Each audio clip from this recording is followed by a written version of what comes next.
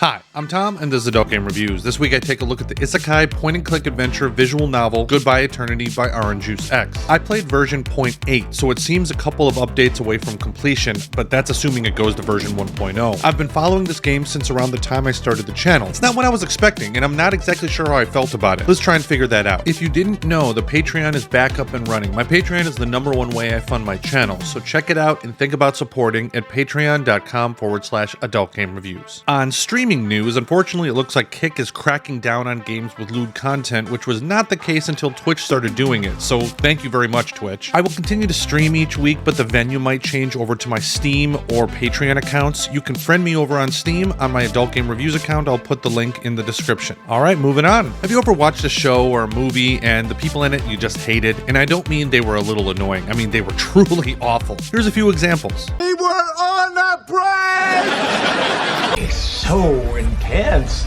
Missa Kojata and Binks, Missa your humble servant. But before I get into why this is important, let's talk about the premise. You play the main character who goes back in time where he has the opportunity to fix a number of truly tragic events from happening. Along with your little gang of allies, you try to take down the local crime syndicate and try to push back against the hands of fate that seem to be conspiring against you. One of the reasons I was interested in Goodbye Eternity is just how pretty the renders look. It's like a dating sim had a baby with an illustrative AVN. The writing itself is decent. There were a few typos here and there and some translation issues, but nothing I would consider an actual problem. There were some shortcomings with the storytelling, but I'll get into that later. You have 5 stats you have to upgrade: strength, intelligence, agility, stamina, and charisma. Unfortunately, only stamina and strength were implemented, so I'm not sure how this is going to work in the future. This makes me think that Goodbye Eternity is probably not going to actually be completed at version 1.0, but I could be wrong. The main mechanics are answering questions, leveling stats, and opening up parts of the map and points of interest on individual locations. The questions sometimes make a difference, but also really don't change anything either. I found this to be more true as the story progressed. Also, you unlock parts of the map just through the story as well, so very dating sim. There is music and some sound effects, but the sound effects can be sporadic, and eventually I actually muted the music and put on my own. Okay, there are things that really did bother me about Goodbye Eternity, but first, if you haven't subscribed, please subscribe and think about liking the video if you like it. Okay, back to things that bother me. One, it doesn't feel close to completion. I have no idea how long the game will eventually be, but the story felt like it jumped around a lot and could be confusing at times. This is why when I saw version 0.8,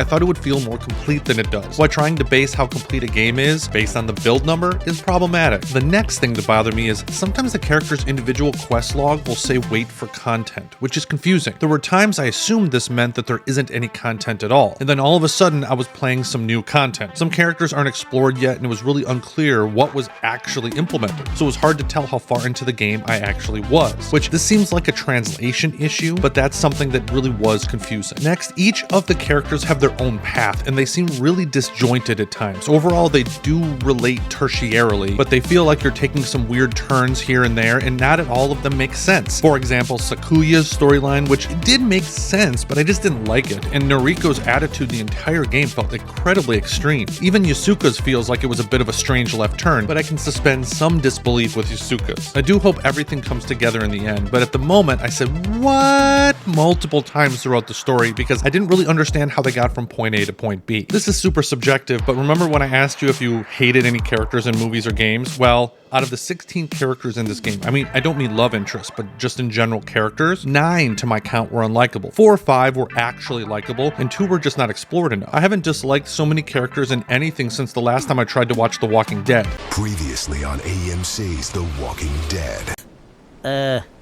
This show sucked. Most of the unlikable characters were villains. So fair, but that's a terrible ratio. You don't need that many bad guys. In this case, it feels like less would have been more. I mean, that also ties into, I'm not even sure if I consider that main character likable or not. He gets insulted, made fun of, or treated poorly by so many, except for Makumba, who's the GOAT. But this made it difficult for me to connect with the main character. He did grow a backbone and started standing up for himself as time went on, but many times it didn't feel like it mattered because he got treated like crap regardless of what you did. So it kind of felt like, what's the point? As far as the lewd content, you have to build up to it, which I thought was pretty good if you like the art style. Some choices actually will change some of the flavors, but I will leave that up to you to explore. So what's my verdict? This is a wait for me. I'm hoping that a lot of the issues I had with Goodbye Eternity were just because the game isn't finished. It really just felt like the dev was a bit heavy-handed with the villains and how much everyone dragged the MC for his loser pass. The best way to say it is everyone's behavior just felt so extreme at times it made it difficult to connect with many of the characters. So I would wait for the full release before jumping in. I'm crossing my fingers that RngeusX can clean up some of the story and characters before I full release. release. If you played it, what did you think? Let me know down below. If you haven't seen my review of Ripples, you can check it out right here. Thanks again. Until next time.